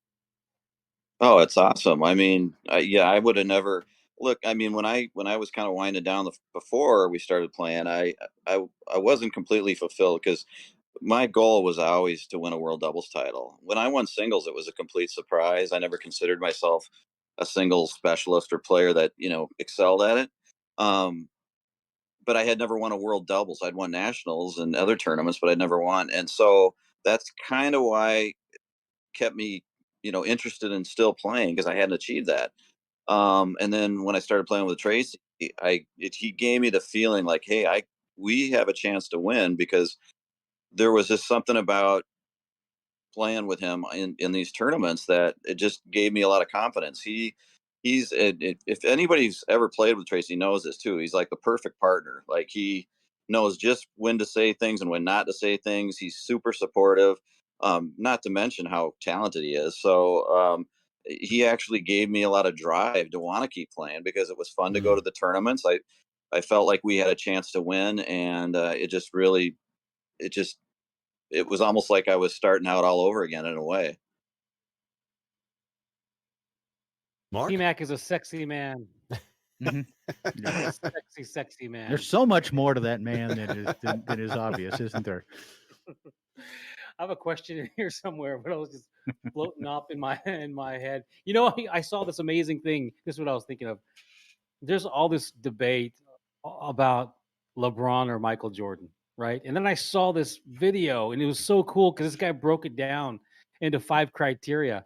And so they have now this new thing that I'm just getting acclimated to. They have a video, and now the new thing is people are monetizing reaction videos. So they watch the video and react to the video. It's like the most insane way to make money. And Clay probably knows all about what I'm talking about. You watch a video that someone else made and you react to it. Anyway, there's a pretty damn definitive LeBron versus Michael Jordan comparison. And when you do the way he does the formula, Michael Jordan crushes LeBron. It's not even close. When you start digging into the numbers, digging into the actual eyeball test and winning and like the actual stats and metrics, and it was revealing for me, because of depending on where you are generationally, you think that Michael is you think that LeBron's end all be all because you've been watching basketball for only the last 15 years, or you have some depth to your historical perspective, and Michael's better than LeBron. So you finally get a guy who puts it all out there. The reason why I was thinking about that is I was still thinking about the top 50. And I still struggle. Of course, we talked about bias, Dave, and we talk about people that if they've only been watching foosball for the past 20 years, they probably think that there's never been anything better than Ryan or Tony. If they watch a little bit further, and then like my generation, there's never been anything better than Lafredo. And then and then you get Fred, of course, who's like the unicorn. You heard our top 10, right? It was Fred, Todd, and then I think we went Tony, Furry, right? And then number 5, I think we had Spear. Where in your mind, you've seen it all, you've been there. We just gave you, where was your top 5 compared to where we finished on the top 5 of the top 50, Dave? Put me on the spot. Actually, it wasn't too far off. I had Fred number 1, Frederico. I don't know how you can't pick him. And then Todd 2. To me, they're 1A, 1B. I mean, yeah, all 4 of us had them 1 2, by the way. The stats on those 2 are so gaudy. I mean, it's so ridiculous. But and then I had Furry number 3, just because of the magnitude of what he accomplished in the era that he accomplished it in. I stand by that. That's just my opinion. Yeah. And then I think I had Bowers number 4 and Tony number 5. Okay. I could, here's the thing with Tony, like, I can see anybody who watches him play. Why wouldn't you think he was the greatest player that ever played? I mean, he's so impressive. So I don't have an issue with anybody putting him up as high as you want, really. It's just, in my opinion, I had him at 5, but you could certainly make a case for 4 or 3 for sure. Yeah. And then I don't remember, let's see. Jim, you had Horton at 6, you had Spear at 7, Atkinson 8, Wiswell 9, Kaiser at 10, and then Pappas at 11. Terry Moore at 12. And these are names that we sort of just slid around. These are pretty much the same names all of us had in that 5 to 12 range. For sure. Yeah. Well, one thing you said though was interesting. With Furry putting him at number 3, a lot of that was just due to the level of competition that he was going up against. If you look at Michael Jordan's career, Mark Torres, when he had his most success, the 1990s, one of the least deep times in the history of For the the NBA West, the West for was the crap. entire league. The entire league. I'm gonna send this video Yeah. to you. You're gonna STF you. I'm gonna send this video to you. Well What done was there. that? We didn't even need the 7-second right there. But no, and again, David, like you said, there is no perfect answer to this list, No. right? To this top 50. No, Furry there really- obviously was the man in the biggest time in the history of the sport. Furry, what's the man, right? When you look back on it, he was the best player in most people's opinion. I think in all of ours, the way it turned out of that decade. And then, the one thing that happened with me with this list, Dave, is I started to look more deeply at some of these players, like a Dan Kaiser, right? Looking at Dan Kaiser, that dude had a heck of a career, right? This was a great, great player. And even someone like Terry Moore, who we kind of took for granted, of course, during the 90s when he was maybe the best player of that decade. But you look at more closely at what he did and how, over that period of time and how consistent he was, it's remarkable. And that was one of the things about this top 50 list that I really enjoyed, was getting to look at each individual player, their effect on their individual era, and really look a little deeper into it and become even more impressed with some of these names. Yeah, it's hard when you look at them all together to try to say, well, this person over this person or that person over this person. I mean, how is I mean, it's impossible to be accurate, really. I mean, it does come down to your opinion and what you observed in terms of, playing against them or watching them or looking at results or whatever. But there isn't really a right answer. But it is fun to try to figure it out. Well, now that you're retired, let's start some shit. All right. So, Dave, it felt I was there when like the rollover could have been deemed illegal. It was like 89 or 90, right? And Charles McIntosh can make a decision on this shot. And the decision is made, and now we're 30 some years in. It's the past is the past. But I was there when history could have been radically changed if Charles McIntosh says the rollover is illegal. We all accept it. Yeah. I think Dave actually Currington that said no, go ahead. Or I thought it was his call at the time, but that's just my recollection. I don't think it. Let's blame Dave. Dave Currington. I don't give a shit. So the rollover could have been illegal, and if it had been, so what the rollover did that was great for the sport, right? It made it more accessible. People could. Ken Alwell likes to describe it this way: that very few people had an actual Canon 3-bar through the 70s and the 80s, and then the rollover instantly gave everybody a Canon to go up, down, or middle in 3 directions. Everybody had a Canon, so it revolutionized the sport that way. It made left-handed players more competitive instantly. For example, Terry Moore couldn't win rookie doubles, and then 2 years later, he's winning open singles at the Worlds. So let's forward to a question. How radically different is the game, for better or worse? Because I don't have anything better to talk about right now. That's what's No, I love it. That's a great question. Dave, Love let's get your historical experience, perspective on what happens if there's no rollover. How radically different would it be if there was no rollover? Yes, the sport. I mean, this has been drudged over so many times, though. I mean, it's not going anywhere. I think. I mean, it would be a lot more diverse in styles, I think, if you didn't have the rollover. Because there was people shooting pole kicks and push kicks more back then, and Banks. I don't think that's completely due to the rollover, but I mean, when the rollover first started, nobody knew how to block it, so it was really way more effective. And now, decades into it, I think people know how to block a rollover better than they do a pull. Yeah, True that. I agree with that. That's true. I know for pulls don't look as good as they did back when I was, before the rollover. I thought there was a lot better pulleys, but I don't know. It's a dumb question, Dave. It's a dumb question. Well, that's what I liked it. I like the question, That and works. it really sparked something in me, and that I'm guessing shooting percentages starting around 89, 90, 91, 22 right in there. Shooting percentages from forwards, it probably overall went up a little bit because, as you said, Mark, everybody had a cannon, so to speak. But it also, as Dave said, reduced the quality of pull shot defenders, right? You're right. Pull shot defenses were not as good, with a few exceptions, of course, players who had faced great pull shots for all of their career. But that changed. And Dave, as a pull shitter, that's something you saw directly, and you brought it up directly as a result of all the snake shots. Pull defenses weren't as good. Interesting. Talk about that. Yeah, that's good. It's just because you don't see as many of them. So, I mean, naturally, whatever shot's the dominant shot, that's probably going to be the best defense too, because you're seeing that at the highest level in tournaments. But another thing I wanted to say about the rollover, though, it's evolved over the years too. So when Terry first started shooting it, it was pretty much rock in the middle, go push or pull. As people got better at blocking it, and then you got players like Tony's walking it around, sort of like a combination of a Euro pin and a rollover. That added a lot of texture to it, and actually make it an extremely skilled shot to try to shoot. Because I think the difficulty level of a rollover, walking it around and shooting it, adds a whole other dimension. It's a lot harder to block it, and it's not as easy to teach. So you can't just teach somebody how to do that immediately. Whereas a rollover, you can have somebody doing a fairly decent rollover fairly quickly. But when you go to that extra added, kind of dimension to it of walking it around, I think that makes it a more interesting shot too, I have to say.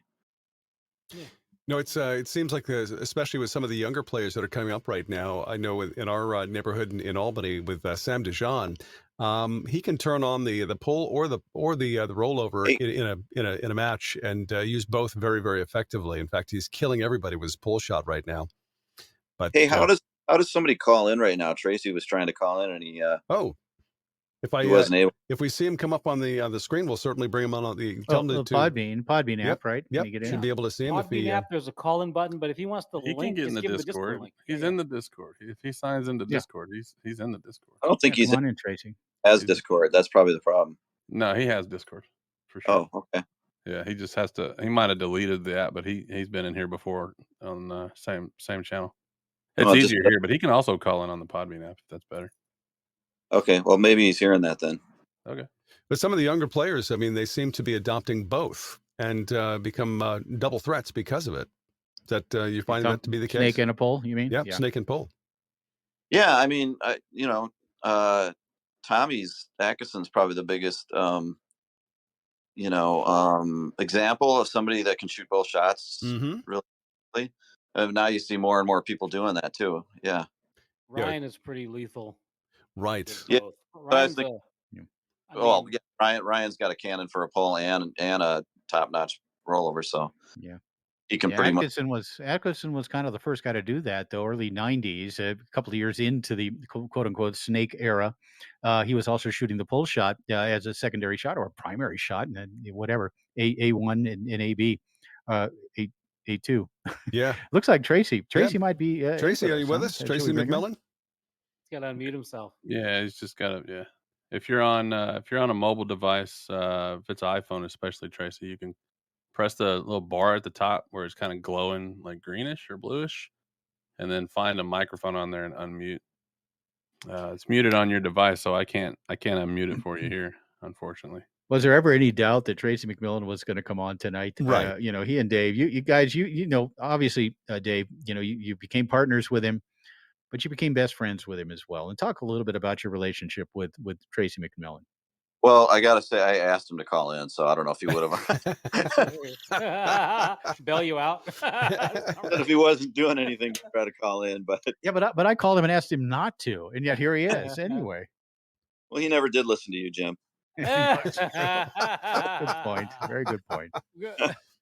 T-Mac found a way to mute himself again. He double muted there. There he is. All right. I'm here. Tracy's here. T-Mac, welcome to FoosTalk Live. I had a gumption to call in.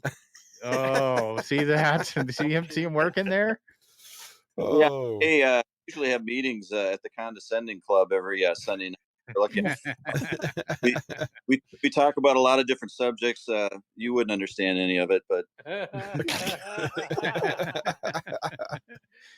enlighten us. We'd love to hear. Man, that's funny.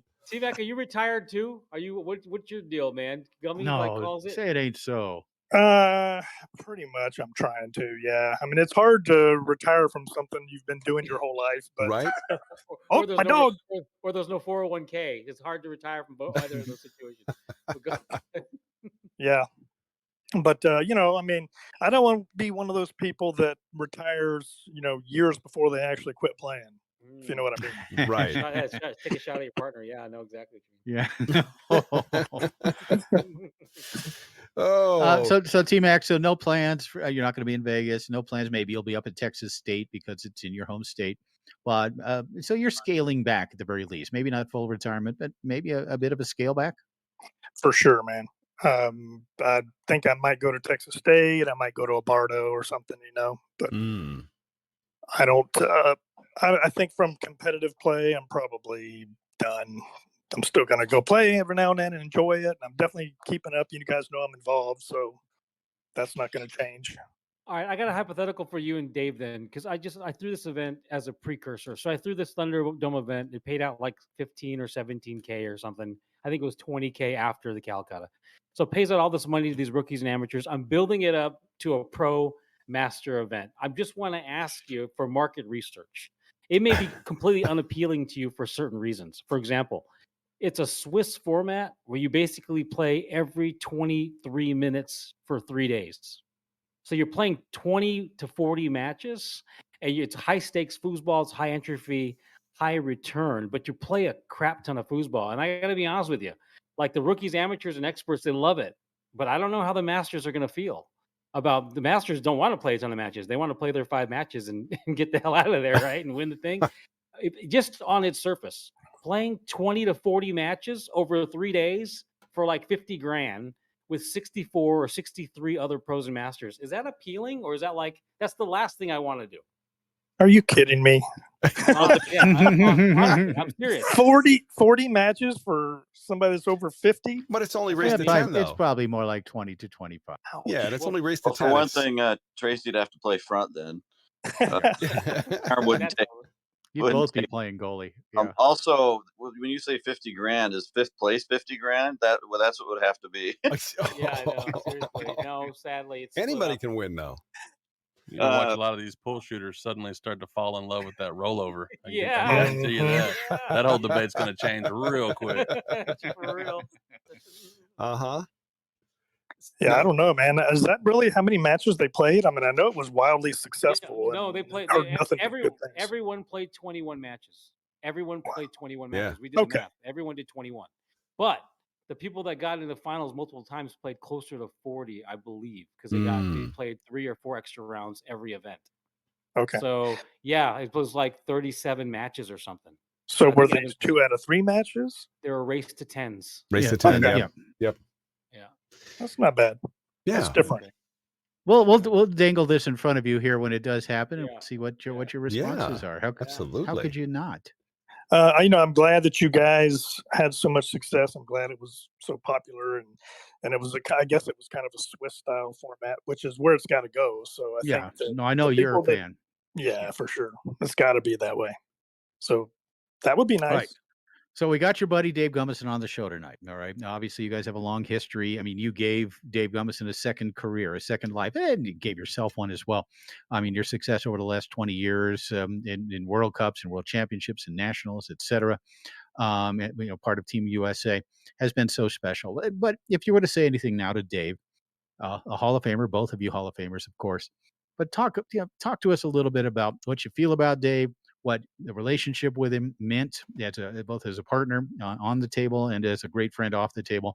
But talk a little bit about what this last basically 20 years has been, and how it's changed your life being partnered up with the great Dave Gummeson.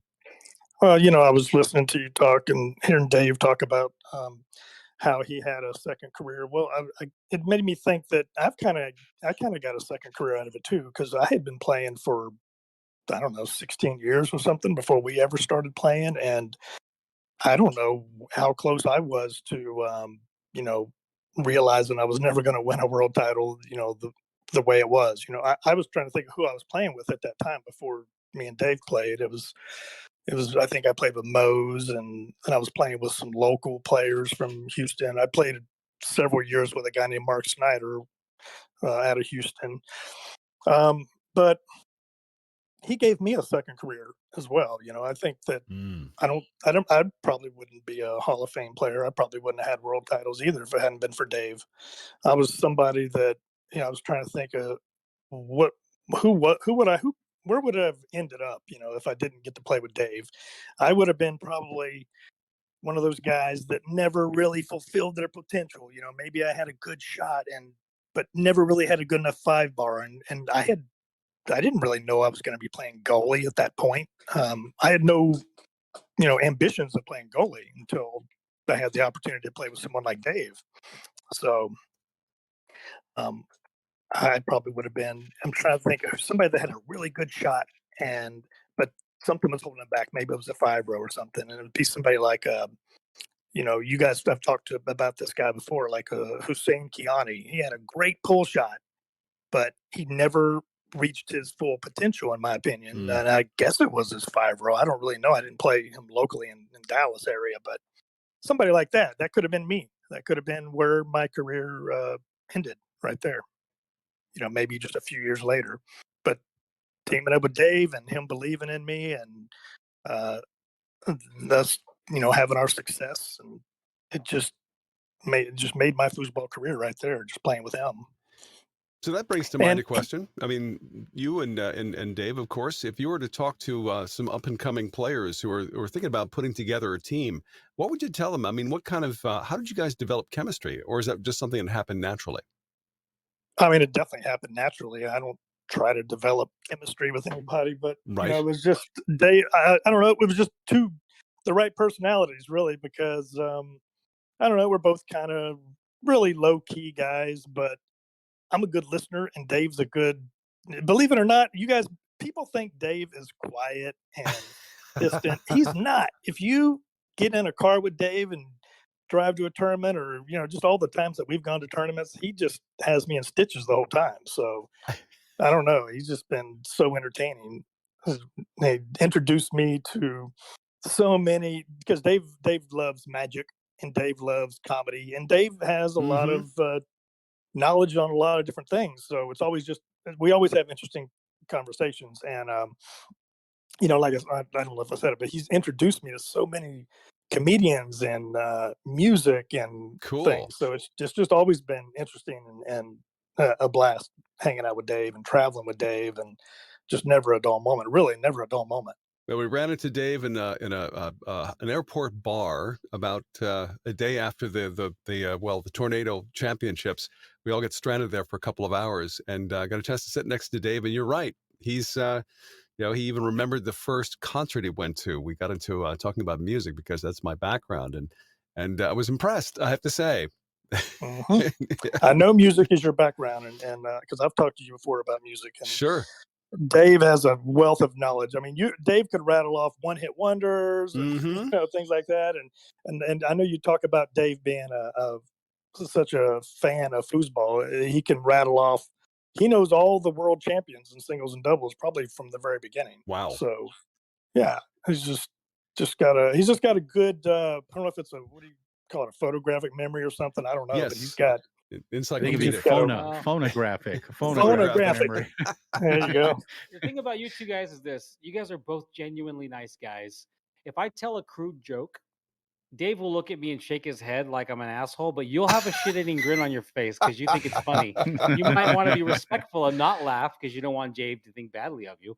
But you have a shit. But you said Dave likes magic. Dave, are you an amateur magician? What's your deal, dude? Do you know some magic tricks? What's that all about? I used to dabble in it a little, but I'm not very good. Like, can you show us one? Show us one real quick. We don't mean to put you on the spot, Dave. Jeez. Over the phone, no video. No, it's all on the radio. So just describe what you're doing, Dave. All right. All three of you guys. Well, Tracy doesn't get to participate in this, but pick a number between 2 and 9. You got it? Okay. What it is? I got it. Okay. Now multiply it by 9, and you should have a double-digit number. Yes. You got number? Yeah. Add sides of the number together. Do what again? Add the sides of your double-digit number together to get it. Yeah. Yeah. Subtract 5. Yeah. All right. Now I'm going to assign you should have a number. I'm going to assign it a letter. So one is A is 1, B is 2, C is 3, D is 4, E is 5. Yeah. Right. Think of a country that starts with the letter that corresponds to your number. I know this Okay. is funny. Yeah. Got it. Yeah. You got it? Yeah. Now think of a animal that starts with the last letter in the country that you just thought of. Okay. Got it. Yeah. An animal. Now think of a color that starts with the last letter in the animal that you just thought of. Okay. Got it. You're giving these guys a lot of credit for being able to keep up with this. You lost me and multiply my number with. Jim, you got to start over. There are no orange kangaroos in Denmark. Yeah.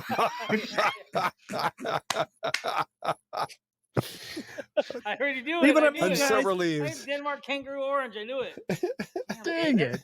How did See you what I do mean, that? guys? How See did what I you mean? do that? You wasted that on foosball? It's crazy. Man. Now imagine Ladies and now gentlemen, imagine David that for Gummerfield. 13 hours on a flight to On a drive, Tim. Yeah. Imagine know, David gave it to a whole flight, like 40 honestly, the fact that Tracy actually hung out with me and played with me over 20 years, forget about how good he is. Just that is impressive in and of itself that he put up with me for 20 years. That's great. Yeah. That's awesome. He plays a mean game of Trivial Pursuit, by the way. So yeah, Oh, look man. out. What if I had said Djibouti instead of Denmark? You would not have gotten that. No, but Dave,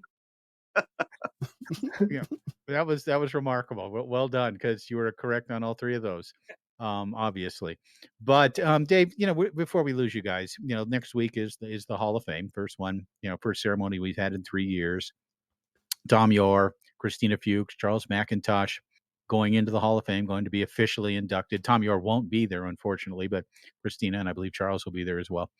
But talk a little bit about your experiences with those three, obviously contemporaries of both of you. Talk a little bit about, as I love to say, talk a little bit about the three individuals going in next week. Well, I'll start with Christina. I've always been super impressed with her game overall. I mean, an extremely smart player. I was lucky enough to win a mixed doubles nationals title with her, and that's ever since then I just been super impressed. I mean, she's just such a smart player. Just always manages to get it done. Puts up great D. So I mean, what a deserving honor for her to go in. Tom Yorr, I mean, anybody who's watched him play over the years know how competitive he is and what a great overall game and what an asset he's been over the years on Team USA and everything. So another deserving person to go in. And then, of course, Charles. Back in the day, he was a good player, and what a great promoter and what a great ambassador to the game and promotions and running tournaments and running Tornado Foosball.com. So all great choices, in my opinion. Wow. Very cool. Tracy, what do you think? Oh, I'd say you pretty much nailed it. I mean, I know you played with Christina and won some tournaments. I've never played with her, but she's awesome. I don't know if I've ever beat her actually on any time I've ever played against her in mixed. I've played against her, and she's hard to beat. Really hard to beat. Yeah, she's tough. She's tough.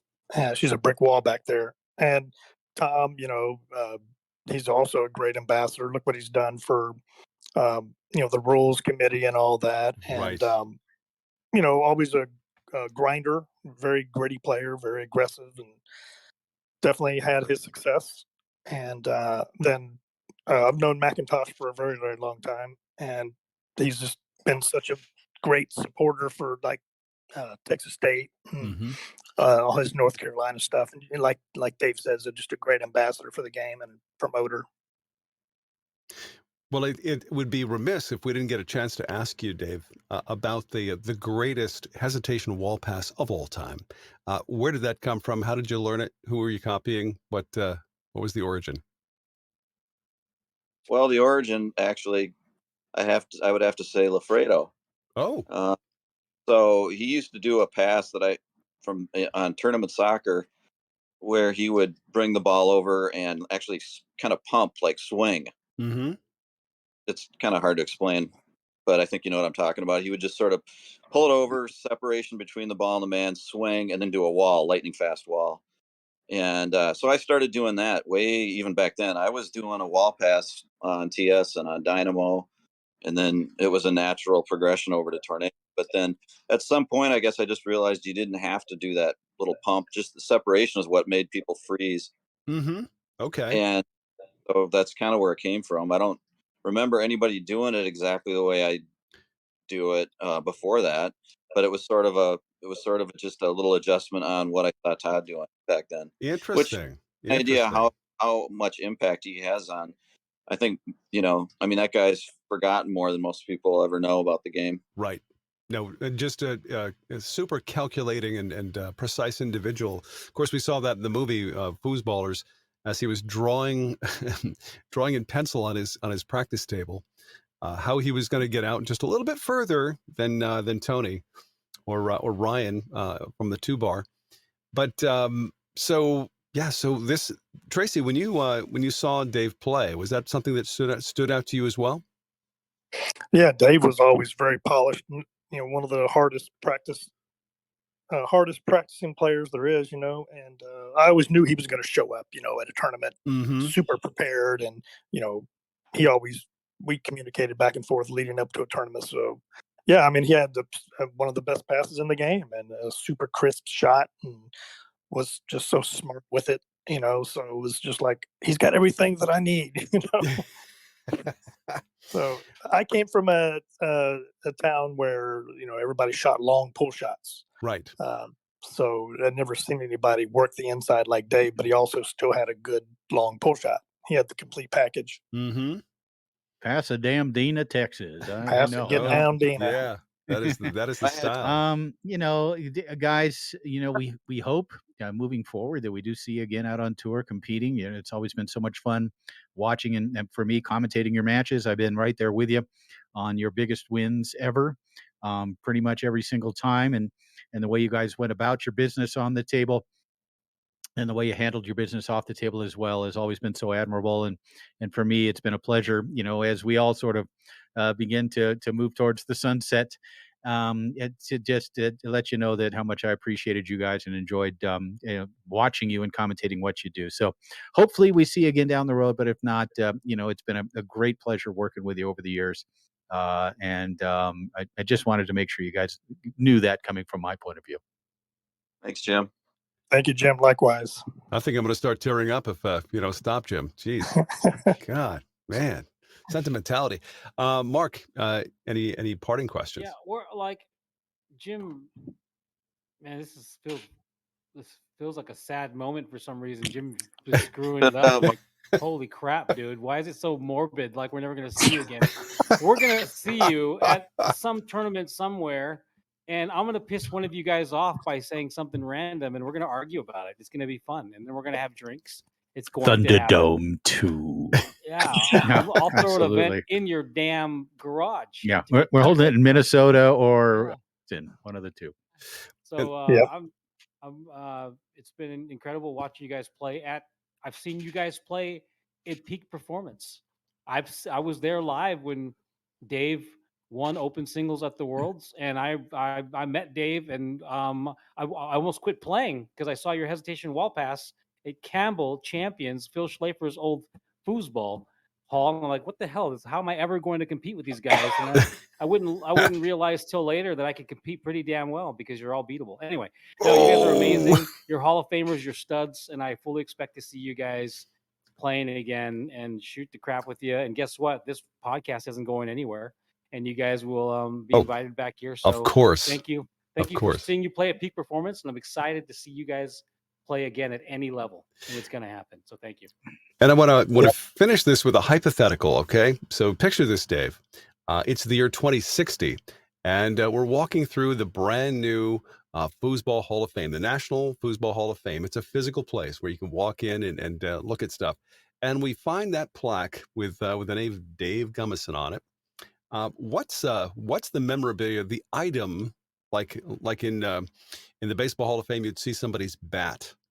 What item are you going to put in the hall, and what are we going to see when we walk up and read your plaque? What's going to be on it? idea. Good answer. I don't know. I know. It's going to be the Tony the Tiger shirt that he wore when he played doubles. Oh, I love that. Yeah. Ooh, there you go. With Swan. Yeah. No. Yeah. Oh, Yeah. that. No, that wouldn't be the item I would pick. So far, that's the one they're picking. And if it's 2060, I think we're all being wheeled into that Hall of Fame. By the way, Tom. No doubt. Dig up. Well, I mean, I still want to know what I'm going to see on your plaque. What's any particular phrase you'd like to be known for?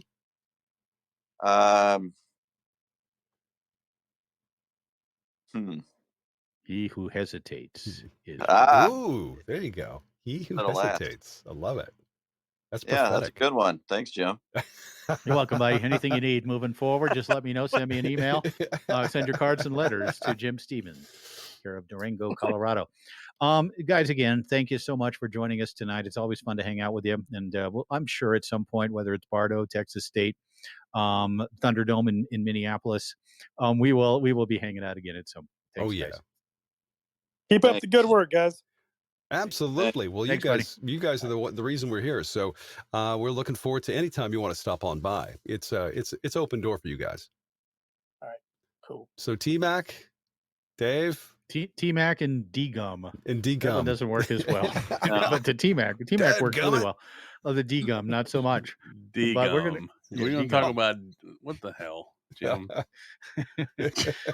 Oh, this is going downhill real quick.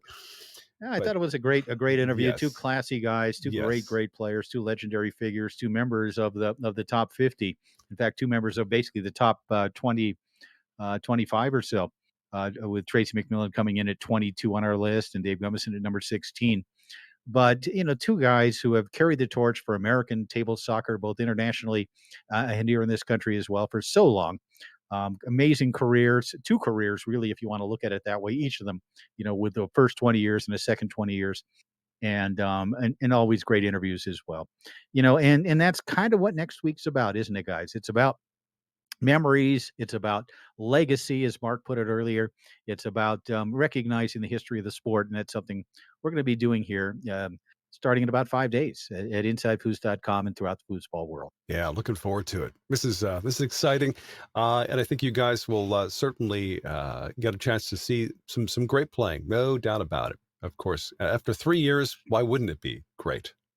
Yeah, for sure. Well, any parting shots here this evening? Mark, parting shots. No, great show. It's lovely to talk to Dave and Tracy. And oh yeah. There's a foosball is in the blood. These guys may be done playing at peak performance at their highest level, and they may be done playing 3 tournaments a year or whatever it was. But they're going to come around, and we're going to see them. We're going to have fun. They're fans of the show. Oh yeah. They're still following on social media.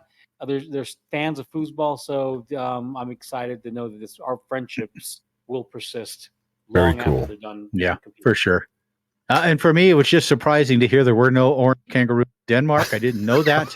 But Dave Gummeson able to enlighten us on that point. Love as that. well. So, love all right, that hey stuff. folks, I will be live with Adam Gilson and company starting Friday from Las Vegas at InsideFoos.com. Looking forward to our first major of the year coming up here in just a little while. Yep, it's going to be an amazing time. And of course, listen to the FoosTalk Live as we'll be bringing you some highlights and a live report or two from the Golden Nugget in Las Vegas, from our Inside Foos studios here. Looking forward to all of that. And if you're traveling to the tournament, of course, travel safely, but have a great weekend. Enjoy the play there. And incidentally, there's lots of great foosball to come. And in fact, if you want to stick around here, we've got a whole list of things happening on the FoosTalk Live Foosball beat. But in the meantime, of course, we want to thank Dave and T-Mac for being with us tonight. What a great time it always is with those two. And Clay, I got to ask you, what pray tell is about to happen with Twitch? Can you enlighten us with that? Twitch.tv/FoosTalk Live. all one word. Mhm. In the coming weeks, no official date on that yet, but we're gonna start streaming this live on Twitch as well. So you get to see our And ugly the- faces on screen as well. You can see the ugly faces if you'd like. There'll be some video to go along with it, some visuals in general. The listening experience will be the same. Cool. So It'll still be top quality, top fives and IPAs and all There you go. kinds of fun stuff. And It's the then same some. exact show. It'll just have the visual component, and the chat feature on Twitch is absolutely superior to the Aha. chat feature on Podbean. So if you like to interact real time during the show, go to twitch.tv/FoosTalk Live and follow. Love It's it. free to follow. Obviously, it's no cost to you, the listener. And I think when we have, we'll just call it 50 followers. When we have 50, then the following week we'll start going live on Twitch. So Nice. Very cool. come on by, give us Yeah. a follow, and Looking forward to there it. you go. Yep. Well, guys, Jim, safe travels. Mark, eat something. And Clay, let's get together again next week here in Foos Thanks, Talk. Tom. Thank you. Foos Talk Live is back next week. Foosball tournaments are everywhere. FoosTalk Live proudly presents a weekly update of the events near you with the FoosTalk Live Tournament Beat. Here's what's up. It's the Foosball Hall of Fame Classic, April 6th through the 10th at the Golden Nugget, 129 East Fremont Street, Las Vegas, Nevada. It's the 2022 Oklahoma State Championships, April 22nd through the 24th at Magoo's, 5002 South Memorial, Tulsa, Oklahoma. Here comes the first 518 Foosball Club Monster Smashdown Limited. Swiss format, April 23rd at Trick Shots Billiards and Wicked Eatery, Clifton Park, New York. Register in advance at 518 Foosball Group Facebook page, limited to 24 players. Also that same weekend, it's the GFB Foosball Tournament, April 23rd. GFB Scottish Pub, 32 Old Orchard Street, Old Orchard Beach, Maine. It's the $10,000 Florida State Championships, April 28th through May 1st at the Holiday Inn, St. Petersburg North, 3535 Ulmerton Road, Clearwater, Florida.